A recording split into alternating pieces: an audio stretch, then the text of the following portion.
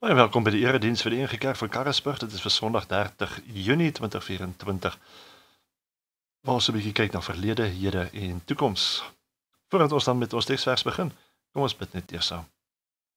Ons dank die Here vir hierdie ongelooflike voorreg om weer aan u voete te mag sit, voor u woord daaruit te ontvang, te leer en so baie beter ook ons lewe hier op aarde te kan verstaan.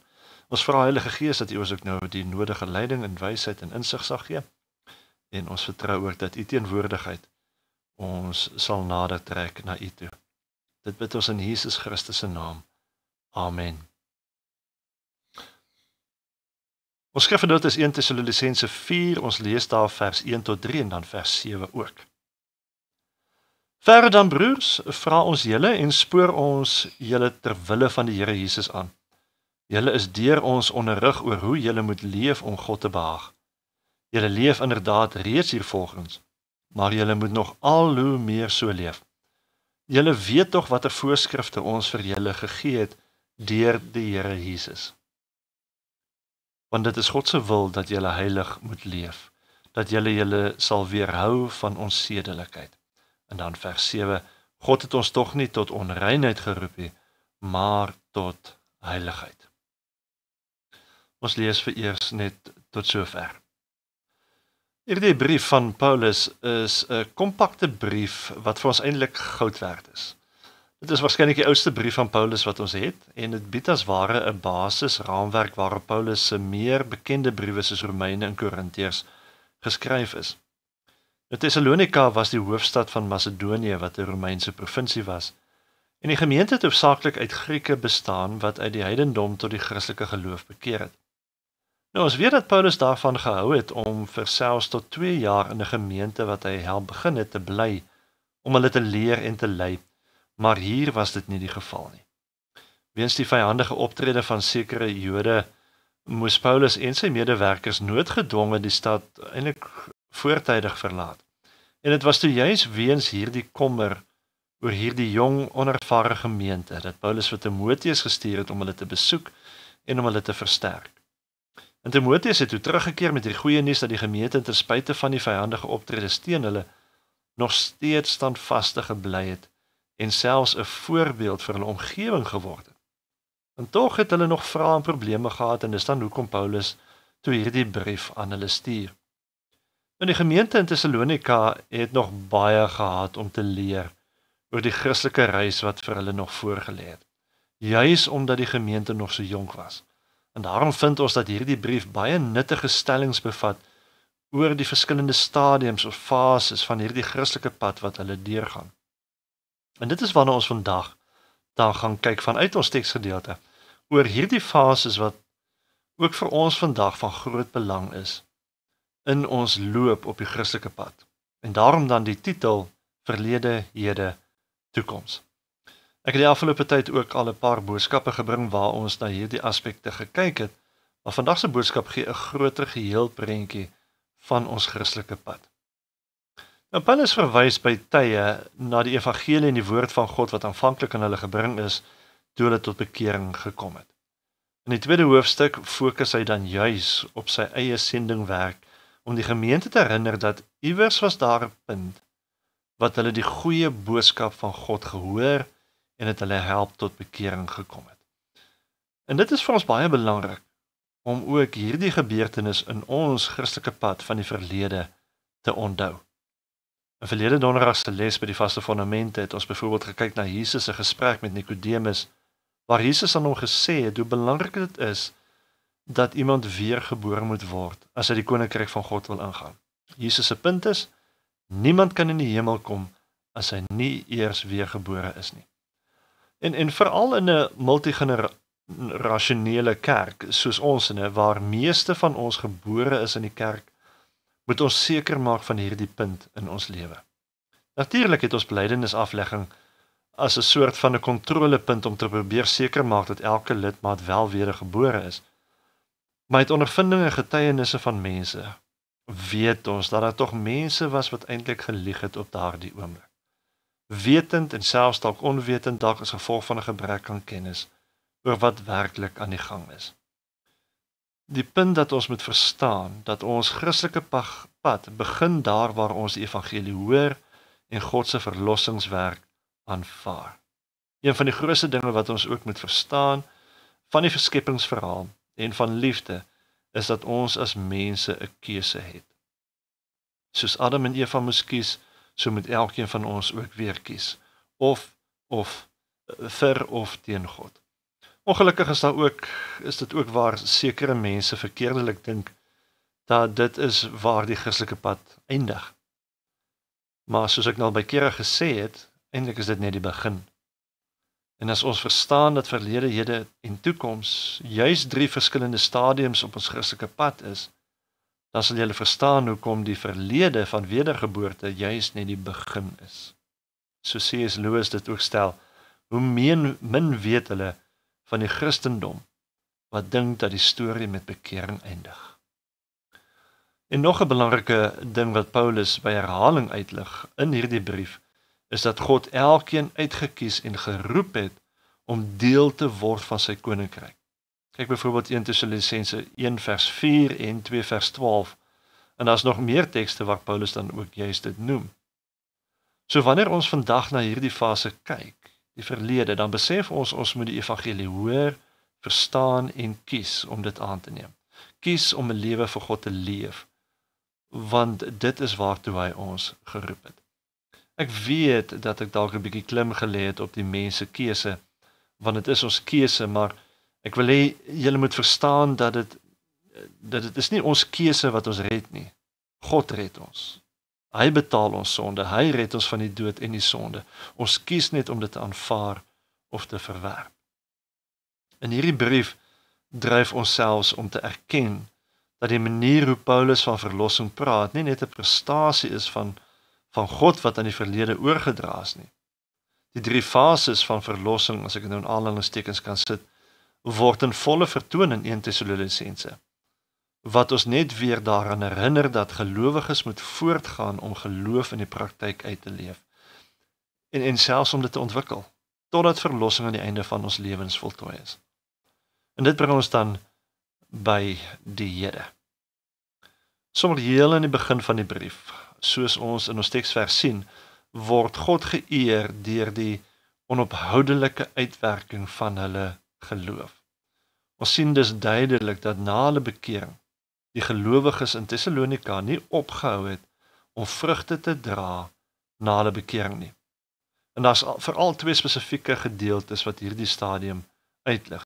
1 Tessalonisense 2 vers 12 en 1 Tessalonisense 4 vers 1 en 3.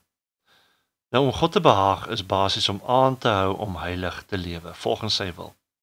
En so word daai gemeente dus aangemoedig om dit juis te doen rondom seksualiteit, veral omdat hulle samelewing waarin hulle was, permissief was, eintlik maar soos wat ons vandag ook in baie plekke van die lewe ervaar.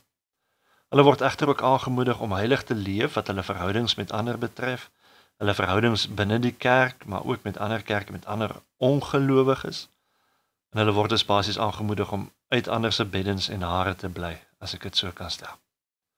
En hulle word instruksies gegee en aangemoedig om hulle Christelike pad aan te hou, om daarop vrug te dra deur heilig te lewe voor God en teenoor ander mense, ongeag of dit gelowiges is of ongelowiges is. Want soos ek gesê het, om God te behaag, word grootliks bereik deur jou naaste lief te hê, wat die behoud van die reputasie van God en God se mense, selfs onder buitestanders insluit.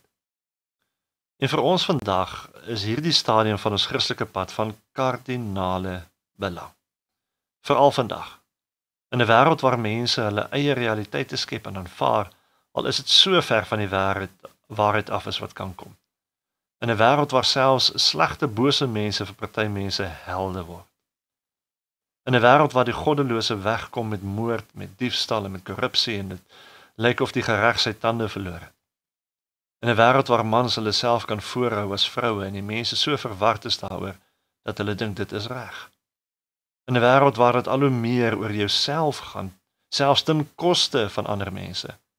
Waar jou gevoelens meer saak maak as iemand anderste se behoud. Waar emosionele ervarings en gevoelens die korrekte uitleg van die Bybel vervang het. Dit is in so 'n donker wêreld, waar ons geroep word om ons vrug in te dra, om God se lig te laat deurbreek vir ander mense. Dit is te midde van alles wat verkeerd is, alles wat skeef getrek is, alles wat deur mekaar geskommel is, wat God ons roep om heilig te lewe. Om nie soos die ander gewone mense te lewe nie. Om nie soos die wêreld in te gee tot hulle versoekings en verkeerde maniere nie. Maar dis natuurlik ook nie al nie. Want 'n boom wat nie groei nie, kan nie vrug dra nie. Paulus moedig ook deur sy woorde die gemeente aan om aan te hou te groei in hulle Christelike pad. Ons as mense is nooit net dieselfde nie. Ons gedagtes verander. Ons verstaan van dinge verander. Die manier hoe ons na dinge kyk en daarop reageer verander. Wie jy vandag is nie wie jy was 15 of 20 jaar terug nie. En as jy nie groei in die geloof nie, dan gaan jy agteruit in die geloof. Want dit is ook nie staties nie. Persoonlik dink ek die rede hoekom die kerk meestal faal vandag in God se opdrag in ons samelewings, is waarskynlik omdat ons as Christene nie aandag daaraan gegee het om geestelik werklik te groei nie. Dalk omdat ons die konsep van disippelskap nie verstaan nie. Terwyl Jesus op aarde was, het hy nie lidmate opgelei nie, hy het disippels opgelei. Mense besef nie eers daar is 'n groot verskil nie. Want sien 'n gelowige is iemand wat op Christus alleen vir verlossing vertrou. En hierdie gebeurtenis is eenmalig, of soos ons daarna verwys, 'n verlede stadium of fase, dis jou wedergeboorte.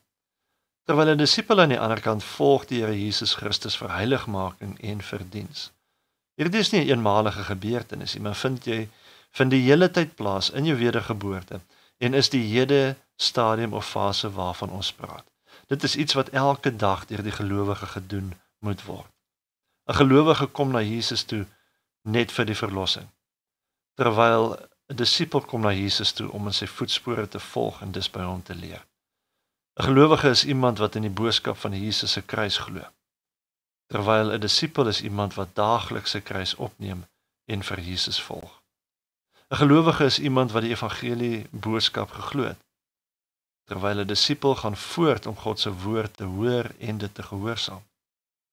'n Gelowige is met die oomblik van wedergeboorte in Christus geplaas. 'n disipel is iemand wat bly in Jesus Christus en dra veel vrug ook voort. 'n Gelowige ontvang die ewige lewe as geskenk wat deur die Here Jesus se voltooide werk aan die kruis bewerkstellig is. 'n Disipel is die ontvanger van 'n ware disipel se dierverdiende prys of beloning. 'n Gelowige het die ewige lewe as 'n heilige bestemming. 'n Disipel geniet 'n oorvloedige aspek van die ewige lewe alreeds nou in hierdie lewe en sal 'n nog groter aspek daarvan in die hiernamaals erf. Party gelowiges wonder hoekom sekere dinge van die Bybel nie vir hulle waar is nie.